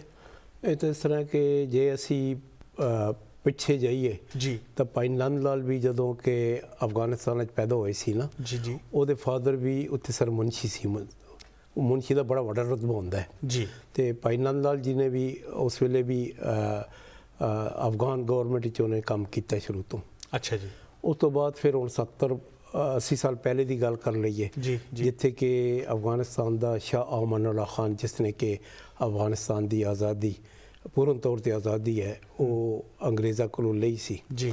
ਤੇ ਉਸ ਟਾਈਮ ਵੀ ਸਾਡੇ ਹਿੰਦੂ ਭਰਾਵਾਂ 'ਚੋਂ ਜਿਹੜੇ ਸੀ ਇੱਕ ਖਜ਼ਾਨਾ ਮੰਤਰੀ ਸੀਗੇ ਜੀ ਜਿਸ ਤਰ੍ਹਾਂ ਨਾਲ ਦੀਵਾਨ ਤੇ ਉਹ ਜਦੋਂ ਵੀ ਕਿ ਇਹਨਾਂ ਨੇ ਸੰਧੀ ਵੀ ਕੀਤੀ ਸੀ ਪਸ਼ੌਰ ਦੇ ਵਿਚਕਾਰ ਅਫਗਾਨਾਂ ਨੇ ਤੇ ਅੰਗਰੇਜ਼ਾਂ ਨੇ ਤੇ ਉਸ ਸੰਧੀ ਵਿੱਚ ਵੀ ਦੀਵਾਨ ਨਰਿੰਜਨ ਦਾਸ ਉਹਦੇ ਵਿੱਚ ਹਾਜ਼ਰ ਸਨ ਜੀ।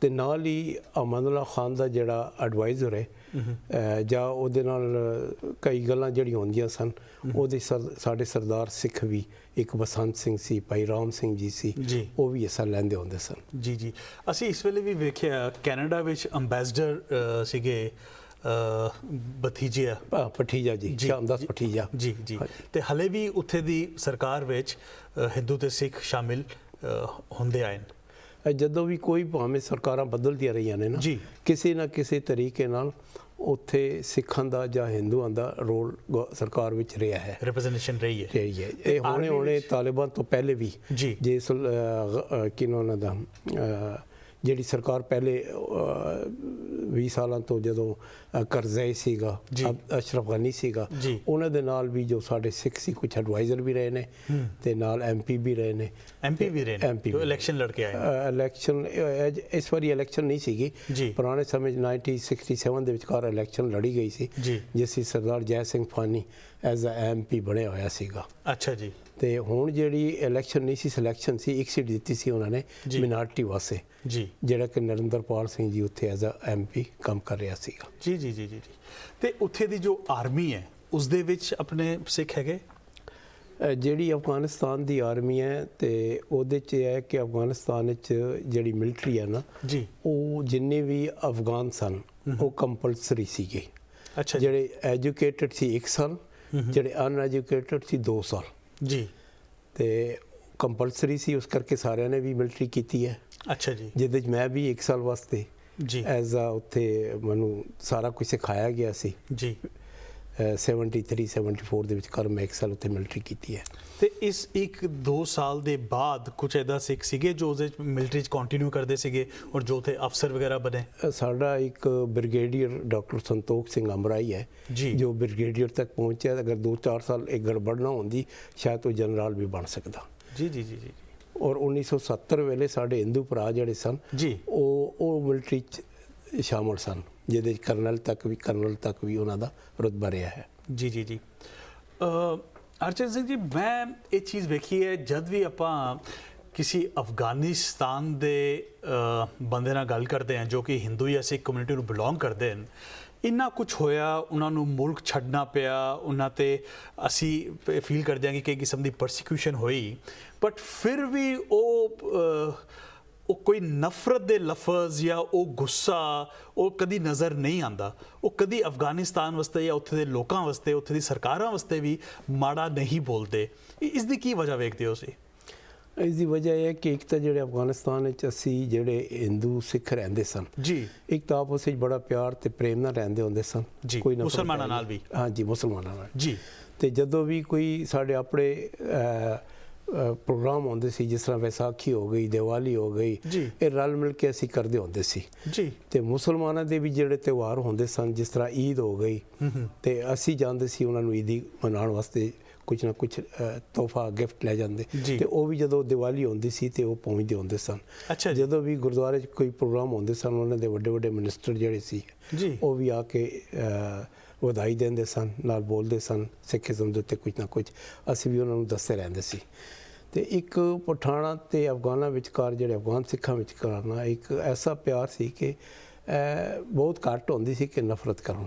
ਔਰ ਉਹ ਲੋਕ ਜਦੋਂ ਵੀ ਉਹਨਾਂ 'ਚ 1-2 ਗੱਲਾਂ ਸੀ, ਉਹ ਕਹਿੰਦੇ ਸੀ ਸਾਡੇ ਵੱਡੇ ਭਰਾ ਨੇ, ਲਾਲਾ ਕਹਿੰਦੇ ਸਨ ਸਿੱਖਾਂ ਨੂੰ। ਜੀ। ਤੇ ਉਹਨਾਂ 'ਚ ਇੱਕ ਇਹ ਵੀ ਪ੍ਰਚਲਿਤ ਸੀ ਕਿ ਉਹਨਾਂ ਦੇ ਜੇ ਕੋਈ ਬੱਚਾ ਬੋਲਦਾ ਨਹੀਂ ਸੀ ਨਾ ਥੋੜ੍ਹਾ ਸ਼ੁਰੂ ਤੋਂ 2-3 ਸਾਲ, ਤੇ ਉਹ ਕਹਿੰਦੇ ਸੀ ਸਾਨੂੰ ਇਸੇ ਹਿੰਦੂ ਜਾਂ ਸਿੱਖ, ਕਿਉਂਕਿ ਉੱਥੇ ਹਿੰਦੂ ਸਿੱਖ ਨੂੰ ਇੱਕੋ ਗਿਣਦੇ ਸਨ। ਅੱਛਾ ਜੀ। ਤੇ ਉਹਦਾ ਮੈਂ ਥੋੜ੍ਹਾ ਜਿਹਾ ਮਿਸਾਲ ਹੋਰ ਵੀ ਦੇਵਾਂਗਾ।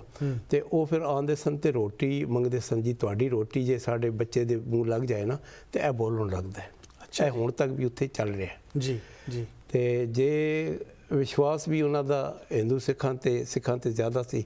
ਤੇ ਜਦੋਂ ਵੀ ਉਹਨਾਂ ਕੋਲ ਕੋਈ ਕੈਸ਼ ਰਕਮ ਹੁੰਦੀ ਸੀ, ਉਹ ਲਿਆ ਕੇ ਸਾਡੇ ਕੋਲ ਰੱਖ ਜਾਂਦੇ ਸੀ ਜੀ, ਕਿ ਇਹ ਜਦੋਂ ਸਾਡਾ ਵਿਆਹ ਹੋਏਗਾ ਜਾਂ ਕੁਝ ਹੋਏਗਾ ਤੁਹਾਡੇ ਕੋਲ ਥੋੜੇ ਕਰਕੇ ਲਾ। ਜੀ, ਇਹ ਗੱਲ ਮੈਂ ਬੜੀ ਸੁਣੀ ਹੈ ਕਿ ਜਿਹੜੇ ਲੋਕਲ ਅਫਗਾਨਸ ਹਨ ਉਹ ਬੈਂਕ ਵਿੱਚ ਪੈਸਾ ਰੱਖਣ ਤੋਂ ਜ਼ਿਆਦਾ ਸਿੱਖਾਂ ਦੇ ਘਰਾਂ 'ਚ ਜਾ ਕੇ ਪੈਸਾ ਰੱਖ ਦਿੰਦੇ ਸਨ ਕਿ ਇਹ ਸਾਡਾ ਪੈਸਾ ਤੁਸੀਂ ਸਾਂਭ ਕੇ ਰੱਖੋ, ਤੁਹਾਡੇ ਕੋਲ ਪੈਸਾ ਸੰਭਲਿਆ ਰਹੇਗਾ, ਜਦ ਸਾਨੂੰ ਚਾਹੀਦਾ ਹੋਏਗਾ ਅਸੀਂ ਲੈ ਲਾਂਗੇ। ਇੰਨਾ ਵਿਸ਼ਵਾਸ ਸੀਗਾ? ਇਹ ਵਿਸ਼ਵਾਸ ਸੀਗਾ। ਇਹ ਮੇਰੇ ਆਪਣੇ ਪਿਤਾ ਜੀ ਕੋਲ ਅਸੀਂ ਛੋਟੇ ਹੁੰਦੇ ਸੀ ਜੀ, ਤੇ ਉਹ ਜਿਹੜੇ ਵੀ ਆਉਂਦੇ ਸਨ ਉਹ ਕੈਸ਼ ਜਿੰਨਾ ਵੀ ਹੁੰਦਾ ਸੀ ਲਿਆ ਕੇ ਰੱਖ ਜਾਂਦੇ ਸੀ। ਫਿਰ ਜਦੋਂ ਵੀ ਉਹਨਾਂ ਨੂੰ ਚਾਹੀਦਾ ਸੀ ਥੋੜਾ ਕਰਕੇ ਅਸੀਂ, ਮੇਰੇ ਪਿਤਾ ਜੀ ਨੇ ਇੱਕ ਖਾਤਾ ਖੋਲ੍ਹਿਆ ਸੀ, ਉਹ ਖਾਤੇ ਲਿਖ ਦਿੰਦੀ ਸੀ ਕਿ ਇਹਦੇ 20,000 ਆ ਗਏ, ਇਹਦੇ 30,000 ਹੋ ਗਏ, 40,000। ਉਹ ਖਾਤੇ ਫਿਰ ਜਦੋਂ ਲੈ ਜਾਂਦੇ ਸੀ ਫਿਰ ਉਹਨਾਂ ਦੇ ਨਾਂ ਪਾ ਦਿੰਦੇ ਸੀ। ਬਸ ਇਹਨਾਂ ਵਿਸ਼ਵਾਸ ਸੀ ਇਹਨਾਂ ਦਾ ਸਿੱਖਾਂ ਤੇ ਹਿੰਦੂਆਂ ਤੇ। ਜੀ, ਜੀ, ਜੀ, ਜੀ। ਔਰ ਜਿਹੜੇ ਹਿੰਦੂ ਤੇ ਸਿੱਖ ਦੀ ਗੱਲ ਹੈ ਜੀ, ਉਹ ਕਿਉਂਕਿ ਮੇਰੇ ਕੋਲ ਇੱਕ ਸ਼ੇਰ ਹੈ ਪਸ਼ਤੋ ਵਿੱਚ। ਜੀ, ਪਸ਼ਤੋ ਵਿੱਚ ਸ਼ੇਰ ਹੈ, यार में हिंदू जे मुसलमानियम। ਇਹ ਪਸ਼ਤੋ ਵਿੱਚ ਹੈ ਜੀ। यार में हिंदू जे मुसलमानियम, यार दे पारा धर्मसाल जारू कहूमा। ਇਹਦਾ ਜੇ ਮੈਂ ਅਰਥ ਕਰਾਂ, ਕਹਿੰਦੇ ਯਾਰ ਮੇਰਾ ਹਿੰਦੂ ਹੈ। ਹਿੰਦੂ ਦਾ ਮਤਲਬ, ਕਿਉਂਕਿ ਜੇ ਤੁਸੀਂ ਗੁਰੂ ਅਰਜਨ ਸਾਹਿਬ ਦੀ ਸ਼ਹੀਦੀ ਦਾ ਵੀ ਜੋ ਤੁਗਲਕ ਉਹਨੇ ਲਿਖਿਆ ਸੀ ਤੁਗਲਕ ਦੇ ਵਿਚਕਾਰ ਜੀ, ਤੇ ਉਹਦੇ ਜ਼ਿਕਰ ਕੀਤਾ ਸੀ, ਉਹ ਹਿੰਦੂ ਕਹਿੰਦੇ ਸੀ ਨਾ ਸਾਨੂੰ। ਅੱਛਾ। ਤੇ ਇਹਦੇ 'ਚ ਯਾਰ ਮੈਂ ਹਿੰਦੂ ਕਹਿੰਦਾ, ਜਿਹੜਾ ਮੇਰੇ ਯਾਰ ਇਹ ਹਿੰਦੂ ਹੈ, ਭਾਵੇਂ ਉਹ ਗੁਰੂ ਹੈ ਨਾ, ਹੈ ਤਾਂ ਸਿੱਖ ਹੈ ਮਤਲਬ। ਜੀ, ਇੱਥੇ ਹਿੰਦੂ ਦਾ ਮਤਲਬ ਸਿੱਖ। यार मैं हिंदू जे मुसलमान हूँ। मेरा यार जो है एक सिख है लेकिन मैं मुसलमान हाँ। यार दे पर अपने यार दे करके मैं धर्मशाल जरूर कहूँ। धर्मशाल जो है वो गुरुद्वारे नूं कहंदे ने जी, कि मैं जाके गुरुद्वारे झाड़ू करदी हाँ।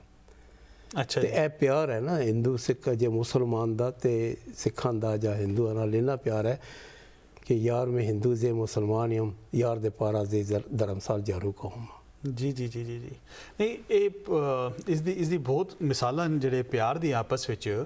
ਜਦ 47 ਹੋਈ ਹੈ ਹਾਂਜੀ ਤੇ ਜਿਹੜੇ ਅਫਗਾਨ ਵਿੱਚ ਹਿੰਦੂ ਸਿੱਖ ਸੀਗੇ ਉਹ ਉੱਥੇ ਹੀ ਰਹੇ ਜਾਂ ਉਹਨਾਂ 'ਚੋਂ ਕੁਝ ਇੰਡੀਆ ਆ ਗਏ, ਕੋਈ ਮੂਵਮੈਂਟ ਹੋਈ ਉਸ ਵੇਲੇ? ਜਦੋਂ 1947 ਦੀ ਗੱਲ ਹੈ ਜਿਸ ਤਰ੍ਹਾਂ ਸਾਡੇ ਬਜ਼ੁਰਗ ਕਹਿੰਦੇ ਨੇ ਜੀ ਤੇ ਜਦੋਂ ਪਾਕਿਸਤਾਨ ਤੇ ਇੰਡੀਆ ਵੱਖਰਾ ਹੋ ਗਿਆ, ਜੀ।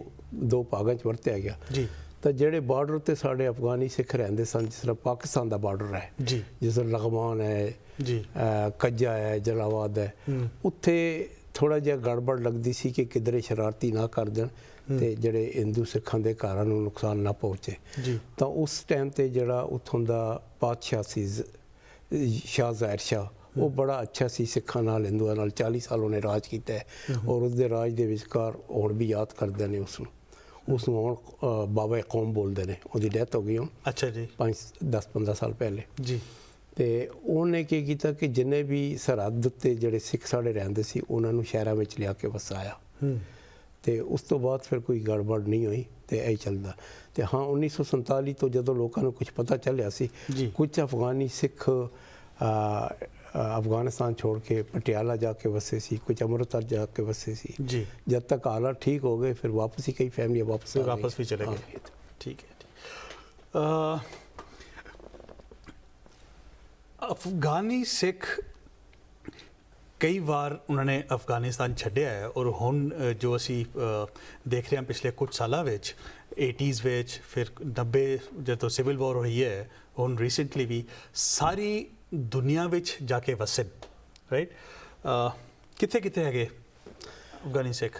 देखो अफगानी सिख ਜਿਹੜੇ ਨੇ ਨਾ मैं वही गल कहां कि ਇਹ ਨਹੀਂ ਕਿ ਇਸ ਮੁਸਲਮਾਨਾਂ ਕਰਕੇ ਚਲੇ ਗਏ ਹੁਣ। ਜੀ ਉਹ ਜਦੋਂ ਸਿਵਲ ਵਾਰ ਹੋਈ ਹੈ ਨਾ ਉਹਦੇ 'ਚ ਤਾਂ ਅਫਗਾਨੀ ਮੁਸਲਮਾਨ ਵੀ ਬਹੁਤ ਸਾਰੇ ਬਾਹਰ ਚਲੇ ਗਏ ਜੀ ਤੇ ਦੂਸਰੇ ਲੋਕ ਵੀ ਜਿਹੜੇ ਮਿਨਾਰਟੀ ਲੋਕ ਉਹ ਵੀ ਨਿਕਲ ਗਏ। ਜੀ ਲੇਕਿਨ ਉਸ ਟਾਈਮ ਤੇ 1979 ਜਦੋਂ ਰਸ਼ੀਆ ਅਫਗਾਨਿਸਤਾਨ 'ਚ ਆ ਗਿਆ ਜੀ ਤਾਂ ਕੁਝ ਲੋਕਾਂ ਨੇ ਸੋਚਿਆ ਕਿ ਇੱਥੇ ਹੁਣ ਸਾਡਾ ਰਹਿਣਾ ਮੁਸ਼ਕਲ ਹੈ, ਇਹ ਕਮਿਊਨਿਸਟ ਕੰਟਰੀ ਬਣ ਜਾਏਗੀ। ਤਾਂ ਜਿਹੜੇ ਕੁਝ ਅਮੀਰ ਲੋਕ ਸਨ ਜਾਂ ਜਿਨ੍ਹਾਂ ਕੋਲ ਕੁਝ ਹੈਗਾ ਸੀ ਉਹ ਅਫਗਾਨਿਸਤਾਨ ਛੱਡ ਕੇ ਸ਼ੁਰੂ ਤੋਂ ਜਰਮਨੀ ਚਲੇ ਗਏ, ਅੱਛਾ ਜੀ ਕੁਝ ਲੰਡਨ ਗਏ, ਜੀ ਕੁਝ ਇੰਡੀਆ ਗਏ ਨੇ, ਜੀ ਕੁਝ ਅਮਰੀਕਾ ਆ ਕੇ ਵਸੇ ਨੇ। ਜੀ ਪਰ ਜ਼ਿਆਦਾ ਸਾਡੀ ਮਿਨਾਰਟੀ ਜੋ ਹੈ ਉਹ ਇੰਡੀਆ ਅਤੇ ਲੰਡਨ ਵਿੱਚ ਵਸੀ ਹੋਈ ਹੈ ਤੇ ਨਾਲ ਜਰਮਨੀ ਵਿੱਚ। ਜੀ ਜਰਮਨੀ ਵਿੱਚ ਸਾਡੇ ਜਿਹੜੇ ਸਹਿਜਧਾਰੀ ਸਿੱਖ ਨੇ, ਹਿੰਦੂ ਭਰਾ ਨੇ, ਉੱਥੇ ਜਾ ਕੇ ਵਸ ਗਏ ਨੇ। ਜੀ ਤੇ ਇਹ ਫਿਰ 1979 ਤੋਂ ਬਾਅਦ ਫਿਰ 92 ਦੇ ਵਿਚਕਾਰ ਜਦੋਂ ਸਿਵਲ ਵਾਰ ਹੋ ਗਈ, ਗਲੀ ਗਲੀ 'ਚ ਲੜਾਈਆਂ ਸ਼ੁਰੂ ਹੋ ਗਈਆਂ ਤਾਂ ਉਸ ਵੇਲੇ ਵੀ ਅਹਿਸਾਸ ਹੀ ਹੋਇਆ ਕਿ ਹੁਣ ਇੱਥੇ ਰਹਿਣਾ ਮੁਸ਼ਕਲ ਹੈ।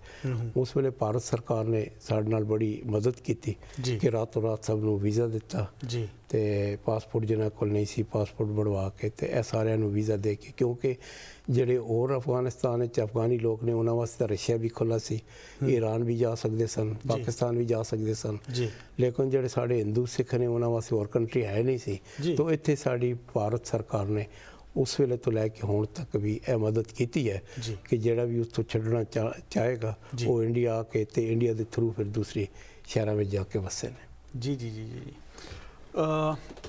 ਬ੍ਰੇਕ ਤੇ ਜਾਣ ਤੋਂ ਪਹਿਲਾਂ ਜਿਹੜੀ ਅਸੀਂ ਗੱਲ ਸ਼ੁਰੂ ਕੀਤੀ ਸੀ, ਮੈਂ ਕਿਹਾ ਸੀਗਾ ਕਿ ਅਸੀਂ ਵੀ ਬਾਹਰਲੇ ਮੁਲਕਾਂ ਵਿੱਚ ਵਸੇ ਹਾਂ ਔਰ ਸਾਡੀ ਕੋਸ਼ਿਸ਼ ਹੁੰਦੀ ਹੈ ਕਿ ਸਾਡੇ ਬੱਚੇ ਜਿਹੜੇ ਨੇ ਉਹ ਪੰਜਾਬੀ ਭਾਸ਼ਾ ਬੋਲਣ, ਉਹ ਉਸ ਕਲਚਰ ਨਾਲ ਜੁੜੇ ਰਹਿਣ, ਉਹ ਉਹਨਾਂ ਨੂੰ ਧਰਮ ਦੀ ਸਿੱਖਿਆ ਮਿਲੇ। ਪਰ ਤੁਹਾਡੀ ਜਿਹੜੀ ਅਫਗਾਨ ਦੀ ਸੁਸਾਇਟੀ ਹੈ ਉਹ ਇੱਕ ਸਕਸੈਸ ਸਟੋਰੀ ਹੈ, ਕਿਉਂਕਿ 200-300 ਸਾਲਾਂ ਵਿੱਚ ਜਿੱਥੇ ਉਹ ਰਹਿੰਦੇ ਨੇ ਉੱਥੇ ਦੀ ਜਿਹੜੀ ਲੋਕਲ ਲੈਂਗੁਏਜ ਹੈ ਉਹ ਪੰਜਾਬੀ ਨਹੀਂ ਹੈ, ਉਹ ਕਲਚਰ ਉਹ ਨਹੀਂ ਹੈ, ਫਿਰ ਵੀ ਤੁਸੀਂ ਉਹ ਲੈਂਗੁਏਜ ਮੇਨਟੇਨ ਰੱਖੀ ਹੈ, ਤੁਸੀਂ ਉਹ ਕਲਚਰ ਮੇਨਟੇਨ ਰੱਖਿਆ ਹੈ। ਜਿਹੜੇ ਬੱਚੇ ਨੇ ਉਹ ਸਿੱਖੀ ਨਾਲ, ਫਲਸਫੇ ਨਾਲ ਜੁੜੇ ਹੋਏ ਨੇ। ਇਹ ਕਿਵੇਂ ਪੋਸੀਬਲ ਹੋਇਆ, ਇਸ ਬਾਰੇ ਅਸੀਂ ਗੱਲ ਕਰਾਂਗੇ ਇੱਕ ਛੋਟੀ ਜੀ ਬ੍ਰੇਕ ਦੇ ਬਾਅਦ। ਤੁਸੀਂ ਵੇਖਦੇ ਰਹੋ ਦ ਵੇ ਫਾਰਵਰਡ। ਦ ਵੇ ਫਾਰਵਰਡ ਵਿੱਚ ਤੁਹਾਡਾ ਫਿਰ ਤੋਂ ਸਵਾਗਤ ਹੈ। ਮੈਂ ਤੁਹਾਡਾ ਹੋਸਟ ਹਰਜੋਤ ਸਿੰਘ। ਹਰਚਰਨ ਸਿੰਘ ਜੀ, ਬ੍ਰੇਕ ਤੇ ਜਾਣ ਤੋਂ ਪਹਿਲਾਂ ਅਸੀਂ ਗੱਲ ਸ਼ੁਰੂ ਕੀਤੀ ਸੀ, ਇਹ ਵੇਖਿਆ ਅਸੀਂ ਅਫਗਾਨ ਸਿੱਖ ਜਿਹੜੇ ਹੈਗੇ ਜਿੱਥੇ ਵੀ ਹੈਗੇ, ਅਸੀਂ ਹੁਣ ਦਿੱਲੀ ਵਿੱਚ ਦੇਖਿਆ, ਇੱਥੇ ਦੇਖਿਆ, ਇੰਗਲੈਂਡ ਵਿੱਚ ਦੇਖਿਆ, ਯੂਰਪ ਵਿੱਚ ਦੇਖਿਆ, 200-300 ਸਾਲ ਤੋਂ ਉਹ ਪੰਜਾਬ ਤੋਂ ਦੂਰ ਹੈਗੇ, ਫਿਰ ਵੀ ਉਹਨਾਂ ਨੂੰ ਪੰਜਾਬੀ ਭਾਸ਼ਾ ਆਉਂਦੀ ਹੈ, ਉਹ ਸਰੂਪ ਵਿੱਚ ਹਨ, ਮੋਸਟਲੀ ਸਾਰਿਆਂ ਨੂੰ ਸਿੱਖੀ ਸਰੂਪ ਵਿੱਚ ਹੀ ਦੇਖਿਆ ਹੈ, ਸਿੱਖੀ ਦੀ ਸਮਝ ਰੱਖਦੇ ਹਨ, ਉਸ ਕਲਚਰ ਨਾਲ ਜੁੜੇ ਹੋਏ ਨੇ। ਇਹ ਚੀਜ਼ ਤੁਸੀਂ ਕਿਵੇਂ ਅਚੀਵ ਕੀਤੀ ਹੈ ਅਫਗਾਨਿਸਤਾਨ ਵਿੱਚ? ਇਸ ਤਰ੍ਹਾਂ ਕਿ ਸਾਡੇ ਜਿਹੜੇ ਬਜ਼ੁਰਗ ਸਨ ਨਾ, ਉਹਨਾਂ ਨੇ ਬੜਾ ਇੱਕ ਅੱਛਾ ਰਸਤਾ ਦਿਖਾਇਆ ਸੀ ਇਹ, ਕਿ ਜਿਹੜੇ ਵੀ ਬੱਚੇ ਅਸੀਂ ਨੀਂਦਰ ਵਿੱਚ ਉੱਠਦੇ ਵੀ ਸੀ ਨਾ, ਤੇ ਉਹ ਕਹਿੰਦੇ ਸੀ ਪਹਿਲੇ ਗੁਰਦੁਆਰੇ ਚੱਲੋ, ਗੁਰਦੁਆਰੇ ਮੱਥਾ ਟੇਕੋ, ਤੇ ਜਦੋਂ ਭੋਗ ਪਏਗਾ ਤੇ ਨਾਸ਼ਤਾ ਮਿਲੇਗਾ ਸਾਨੂੰ। ਅੱਛਾ ਜੀ। ਤੇ ਇਹਦੇ ਨਾਲ ਇਹ ਹਮੇਸ਼ਾ ਸਿੱਖੀ ਨਾਲ ਜੋੜੀ ਰੱਖਿਆ। ਹਾਲਾਂਕਿ ਅਸੀਂ ਮਕਤਬਾ, ਉੱਥੇ ਸਕੂਲ ਨੂੰ ਮਕਤਬ ਕਹਿੰਦੇ ਨੇ, ਜਿਹੜੀ ਸਰਕਾਰੀ ਜਿਹੜੀ ਸਕੂਲ ਹੈ ਨਾ ਉਹਨੂੰ ਮਕਤਬਾਂ 'ਚ ਪੜ੍ਹਦੇ ਸੀ, ਫਾਰਸੀ ਪੜ੍ਹਦੇ ਸੀ ਜਾਂ ਪਸ਼ਤੋ ਪੜ੍ਹਦੇ ਸੀ, ਪਰ ਗੁਰਦੁਆਰਿਆਂ ਵਿੱਚ ਹੀ ਅਸੀਂ ਸਕੂਲ ਖੋਲ੍ਹ ਰੱਖਿਆ ਸੀ, ਜਿੱਥੇ ਕਿ ਪੰਜਾਬੀ ਪੜ੍ਹਾਈ, ਗੁਰਮੁਖੀ ਪੜ੍ਹਾਈ ਜਾਂਦੀ ਸੀ, ਗੁਰੂ ਨਾਲ ਜੋੜਦੇ ਸਨ। ਔਰ ਇੱਕ ਵੱਡੀ ਗੱਲ ਹੈ ਕਿ ਕਾਬੁਲ ਵਿਚਕਾਰ ਜਿਹੜੇ ਗੁਰਦੁਆਰੇ ਸਨ ਨਾ, ਉੱਥੇ ਇੰਪਲਾਈ ਜਿਹੜੇ ਐਡ ਗ੍ਰੰਥੀ ਕਹਿ ਦਈਏ ਜਾਂ ਰਾਗੀ ਜਥਾ ਕਹਿ ਦਈਏ, ਕੋਈ ਇੰਪਲਾਈ ਨਹੀਂ ਆਉਂਦਾ ਸੀ। ਉਹ ਸੰਗਤ ਦੇ ਵਿੱਚੋਂ ਹੀ, ਰਾਗੀ ਜਥਾ ਵੀ ਸੰਗਤ ਦੇ ਵਿੱਚ ਹੁੰਦਾ ਸੀ, ਅਰਦਾਸੀਆ ਸੰਗਤ ਦੇ ਵਿੱਚ ਹੁੰਦਾ ਸੀ, ਕੜਾ ਪ੍ਰਸ਼ਾਦ ਜਿਹੜਾ ਵਰਦਾ ਸੀ ਸੰਗਤ ਦੇ ਵਿੱਚ। ਇਹ ਟ੍ਰੈਡੀਸ਼ਨ ਹਾਲੇ ਤੱਕ ਚੱਲਦੀ ਹੈ, ਇਹ ਹੁਣੇ ਤੱਕ ਚੱਲਦੀ ਆਈ। ਔਰ ਜਿਹੜੀ ਕਮੇਟੀ ਹੈ ਉੱਥੇ, ਫਰਜ਼ ਕਰੋ 21 ਜਣਿਆਂ ਦੀ ਕਮੇਟੀ ਹੈ, ਕਮੇਟੀ ਉਹੀ ਹੈ ਜਿਹੜਾ ਰਾਗੀ ਹੋਏਗਾ, ਕਮੇਟੀ ਉਹੀ ਹੈ ਜਿਹੜਾ ਅਰਦਾਸੀਆ ਹੋਏਗਾ, ਕਮੇਟੀ ਕੋਈ ਇੰਪਲਾਈ ਵਾਲਾ ਬਹੁਤ ਘੱਟ ਸੀ, ਸਿਰਫ 1-2 ਰੱਖਦੇ ਸੀ ਜਿਹੜੇ ਗੁਰਦੁਆਰੇ ਦੀ ਸੇਵਾ ਸੰਭਾਲ ਕਰਦੇ ਸਨ। ਤਾਂ ਇਹਦਾ ਵੀ ਅਸਰ ਇਹ ਹੈ ਕਿ ਜਦੋਂ ਬੱਚੇ ਨੂੰ ਤੁਸੀਂ ਜੋੜੋਗੇ ਗੁਰਬਾਣੀ ਨਾਲ, ਗੁਰਮੁਖੀ ਨਾਲ, ਤੇ ਉਹ ਜੁੜਿਆ ਰਹੇਗਾ।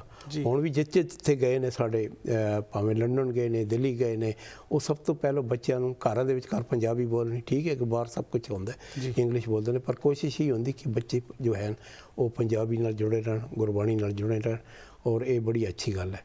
ਸਾਡੇ ਵਿੱਚ ਇੱਕ ਹੋਰ ਬਰਾਦਰੀ ਹੈ ਖੋਸਤ ਦੀ। ਖੋਸਤ ਵੀ ਇੱਕ ਇਲਾਕਾ ਅਫਗਾਨਿਸਤਾਨ ਦਾ, ਜਿਹੜਾ ਕਿ ਇੱਕ ਸੂਬਾ ਹੈ ਜਿਹੜਾ ਬਾਰਡਰ ਮਿਲਦਾ ਤੋਰਾ ਬੋਰਾ ਦੀ ਜਿਹੜੀ ਪਹਾੜੀਆਂ ਨੇ ਉੱਥੇ ਹੀ ਨੇ।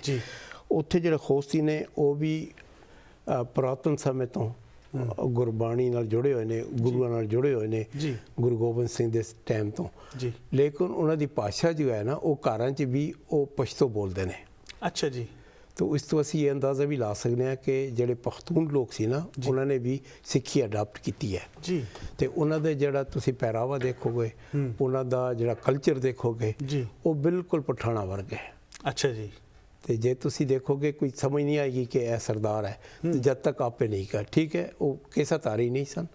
ਹੁਣ ਪਿੱਛੋਂ ਥੋੜੇ ਕੇਸਾਧਾਰੀ ਬਣ ਗਏ ਨੇ, ਪਰ ਕੇਸਾਧਾਰੀ ਵੀ ਉਹਨਾਂ ਦੀ ਲੈਂਗੁਏਜ ਉਹੀ ਪਸ਼ਤੋ ਹੈ, ਪਸ਼ਤੋ ਵਿੱਚ ਬੋਲਦੇ ਨੇ, ਪਾਠ ਵੀ ਪਸ਼ਤੋ ਵਿੱਚ ਕਰਦੇ ਨੇ। ਉਹ ਪਾਠ ਕਰਦੇ ਨੇ ਏਕ ਓਂਕਾਰਾ ਸਤਨਾਮਾ ਕਰਤਾ ਪੁਰਖਾ ਨਿਰਭਉ। ਪੜ੍ਹਦੇ ਨੇ ਗੁਰਮੁਖੀ, ਪੜ੍ਹ ਲੈਂਦੇ ਨੇ ਗੁਰਮੁਖੀ, ਹੁਣ ਸਿੱਖੀ ਉਹਨਾਂ ਨੇ। ਅੱਛਾ ਜੀ। ਪਹਿਲੇ ਉਰਦੂ ਵਿੱਚ ਪੜ੍ਹਦੇ ਸਨ। ਅੱਛਾ ਜੀ। ਕਿਉਂਕਿ ਗੁਰੂ ਗ੍ਰੰਥ ਸਾਹਿਬ ਜੀ ਹੈ ਨਾ, ਜਿਸ ਤਰ੍ਹਾਂ ਪੰਜਾਬੀ ਵਿੱਚ ਲਿਖਿਆ ਹੈ, ਇਹ ਉਰਦੂ ਵਿੱਚ ਵੀ ਲਿਖਿਆ ਹੈ। ਅੱਛਾ ਜੀ। ਤੇ ਉਹਦੇ 'ਚੋਂ ਪਾਠ ਕਰ ਲੈਂਦੇ ਸਨ। ਅੱਛਾ ਜੀ। ਤੇ ਹੁਣ ਵੀ ਜਿੱਥੇ ਵੀ ਗਏ ਨੇ ਉਹ ਸਾਡੇ ਖੋਸਤੀ ਬਰਾਦਰੀ, ਸਾਡੇ ਖੋਸਤੀ ਭਰਾ ਜਿਹੜੇ ਕਹਿ ਦਈਏ, ਉਹਨਾਂ ਨੇ, ਕਿਉਂਕਿ ਕਈ ਜਗ੍ਹਾ ਇਹ ਹੁੰਦਾ ਕਿ ਜੀ ਇਹ ਸਹਿਜਧਾਰੀ ਹੈ ਤੇ ਇਹਨੂੰ ਅਸੀਂ ਗੁਰਦੁਆਰੇ 'ਚ ਕੀਰਤਨ ਕਰਨ ਨਹੀਂ ਦੇਣਾ, ਪਰ ਇਸ ਤੋਂ ਗੱਲਾਂ ਥੋੜ੍ਹੀਆਂ ਚੜ੍ਹੀਆਂ ਸੀ। ਪਰ ਉਹਨਾਂ ਨੇ ਆਪਣਾ ਇੱਕ ਗੁਰਦੁਆਰੇ ਬਣਾਏ ਨੇ ਜਿੱਥੇ ਕਿ ਉਹਨਾਂ ਨੂੰ ਰੋਕ ਟੋਕ ਨਹੀਂ ਹੈ। ਤੇ ਗੁਰੂ ਗ੍ਰੰਥ ਸਾਹਿਬ ਜੀ ਦਾ ਪ੍ਰਕਾਸ਼ ਕਰਦੇ ਨੇ, ਕੀਰਤਨ ਵੀ ਕਰਦੇ ਨੇ, ਅਰਦਾਸ ਆਪ ਕਰਦੇ ਨੇ। ਤੇ ਇਹ ਵੀ ਇੱਕ ਬਰਾਦਰੀ ਹੈ ਜਿਹੜੀ ਕਿ ਨਿਰੋਲ ਬਰਾਦਰੀ ਕਹਿ ਦਈਏ, ਜਿਹੜੇ ਕਿ ਪੰਜਾਬੀ ਨਹੀਂ ਬੋਲ ਸਕਦੇ, ਪਰ ਗੁਰੂ ਨਾਲ ਪਿਆਰ ਹੈ, ਗੁਰਬਾਣੀ ਨਾਲ ਪਿਆਰ ਹੈ, ਹੁਣ ਤੱਕ ਇਹ ਚੱਲਦੇ ਆਏ ਹੋਏ ਨੇ। ਬੜਾ ਗੂੜਾ ਸੰਬੰਧ ਹੈ ਸਿੱਖੀ ਦਾ ਅਫਗਾਨਿਸਤਾਨ ਨਾਲ। ਜਿਹੜੀ ਗੱਲ ਸਾਨੂੰ ਹੁਣ ਸਤਾ ਰਹੀ ਹੈ, ਔਰ ਮੈਂ ਤੁਹਾਡੇ ਤੋਂ ਪੁੱਛਣਾ ਚਾਹਾਂਗਾ ਕਿ ਇਹ ਜਿਹੜੇ ਸਾਡੇ ਸਾਰੇ ਉੱਥੇ ਹਿਸਟੋਰੀਕਲ ਗੁਰਦੁਆਰੇ ਨੇ, ਇੰਨੀ ਜਿਹੜੀ ਹਿਸਟਰੀ ਉੱਥੇ ਸਾਡੀ ਜੁੜੀ ਹੋਈ ਹੈ ਉਸ ਜਗ੍ਹਾ ਦੇ ਨਾਲ, ਸਾਡੇ ਲੋਕੀ ਜੁੜੇ ਹੋਏ ਨੇ, ਹੁਣ ਕਾਫੀ ਪੋਪੂਲੇਸ਼ਨ ਅਫਗਾਨਿਸਤਾਨ ਨੂੰ ਛੱਡ ਆਈ ਹੈ, ਤੇ ਇਹ ਇਨ ਜਗ੍ਹਾ ਦੀ ਸੇਵਾ ਸੰਭਾਲ ਕਿਵੇਂ ਹੋ ਰਹੀ ਹੈ?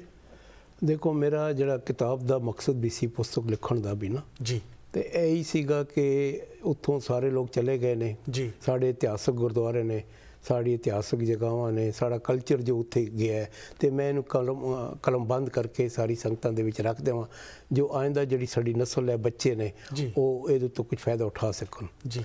ਤੇ ਉੱਥੇ ਜਿਹੜੇ ਗੁਰਦੁਆਰੇ ਨੇ, ਤਕਰੀਬਨ ਪੁਰਾਣੇ ਜਿਹੜੇ ਇਤਿਹਾਸਕ ਗੁਰਦੁਆਰੇ ਜਾਂ ਗੈਰ ਇਤਿਹਾਸਕ ਵੀ ਕਹਿ ਸਕਦੇ ਹਾਂ, 53 ਗੁਰਦੁਆਰੇ ਨੇ ਸਾਰੇ ਅਫਗਾਨਿਸਤਾਨ ਵਿੱਚ, ਜਿਹਦੇ ਤਕਰੀਬਨ 11 ਗੁਰਦੁਆਰੇ ਕਾਬੁਲ ਵਿੱਚ ਨੇ, ਜਿਹਦੇ ਕਿ 6-7 ਇਤਿਹਾਸਕ ਗੁਰਦੁਆਰੇ ਨੇ।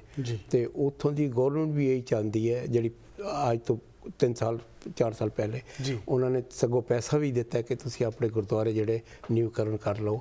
ਜੀ। ਤੇ ਸਾਡਾ ਵੀ ਫਰਜ਼ ਬਣਦਾ ਹੁਣ ਜਿੱਥੇ ਵੀ ਸਿੱਖ ਦੁਨੀਆ ਦੇ ਸਿੱਖਾਂ ਨੂੰ ਇੱਕ ਮੇਰੀ ਅਪੀਲ ਹੈ ਕਿ ਮਤਲਬ ਕਿ ਜਿਹੜਾ ਇਤਿਹਾਸਕ ਜਗ੍ਹਾਵਾਂ ਨੇ ਸਾਡੀਆਂ, ਜੀ। ਜਿੱਥੇ ਗੁਰੂ ਨਾਨਕ ਸਾਹਿਬ ਗਏ ਨੇ, ਗੁਰੂ ਹਰਗੋਬਿੰਦ ਸਾਹਿਬ ਦੀ ਜਗ੍ਹਾ, ਗੁਰੂ ਗੋਬਿੰਦ ਸਿੰਘ ਦੀਆਂ ਜਿਹੜੀਆਂ ਉੱਥੇ ਜਗ੍ਹਾਵਾਂ ਬਣੀਆਂ ਨੇ, ਇਤਿਹਾਸਕ ਗੁਰਦੁਆਰੇ ਬਣੇ ਨੇ, ਕੋਟਾ ਸਾਹਿਬ, ਤੇ ਉਹਦੀ ਸੰਭਾਲ ਕਿਸ ਤਰ੍ਹਾਂ ਕੀਤੀ ਜਾਵੇ, ਇਹ ਇੱਕ ਵਿਚਾਰਨ ਵਿਸ਼ਾ ਹੈ।